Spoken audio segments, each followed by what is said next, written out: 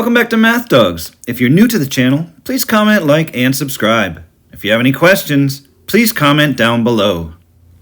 Problem number 6 is again multiplying two mixed numbers. It says a rectangular banner to announce the opening of a new dog rescue measured 8 3/5 feet by 3 3/4 feet.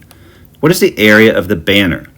So there's nothing in this problem that says multiply, except for the fact that I know that the area of a rectangle is length times width. And so my length of 8 3/5 by my width of 3 3/4. So area is equal to length times width.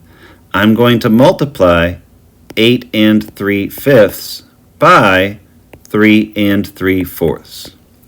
To do that, I'm going to write both of those as fractions. 5 times 8 is 40 plus 3 is 43 over 5 times 4 times 3 is 12 plus the 3 is 15 back over 4.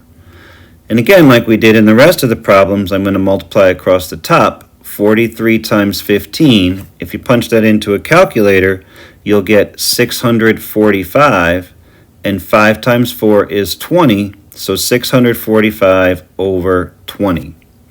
Now I can rewrite that back as a mixed number. 20 divides into 645. So 20 divides into 64 3 full times. 3 times 20 is 60. When I subtract those, I get a 4, and when I drop the 5, I need 20 divided into 45, which is twice. 2 times 20 is 40, and I have left over 5 out of 20.